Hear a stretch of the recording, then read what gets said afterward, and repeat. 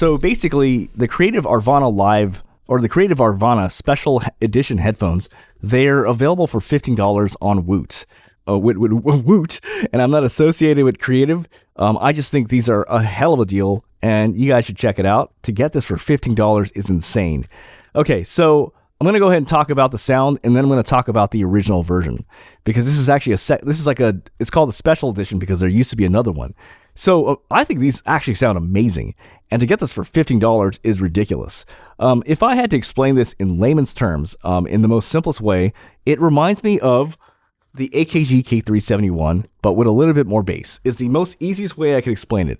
The way the AKG K371s are, they just sound good on everything. And this is kind of the same thing, and it just has more bass.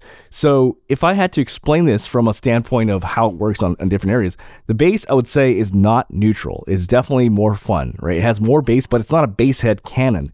And so I would say this is more bassier than the HD600, HD6XX, M40X, M50X, Sennheiser 7506. This is a bassy, but not a bass head cannon, but it definitely has more fun bass to it. But it's not bloated. It's not muddy. It's actually done well. In terms of the treble, so the treble, it's easy to go wrong in either areas, right? If you get too bright, then you start getting to you start getting the Sony MDR 7506 area where it just gets bright and harsh.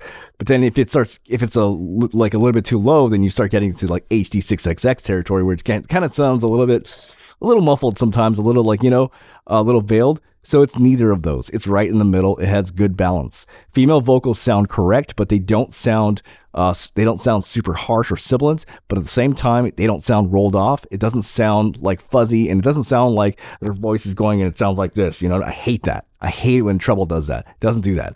Okay. So the one thing that's important is there actually was an older version of this called the Creative Aurvana Live, and that's different from the special edition. Now, I think it's irrelevant now because right now you can't find those. Those are they're discontinued and people are charging up the wazoo. If you find it, good luck if it's even brand new. This is brand new for $15. And so the question I want to know, because I had the Creative Aurvana Live, I bought it in 2015.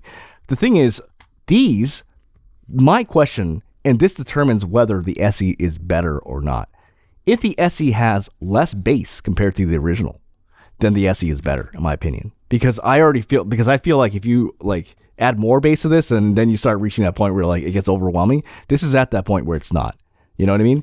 However, if it's a situation where the Creative Aurvana Live had less bass than this, then in my opinion, the Creative Aurvana Live were better.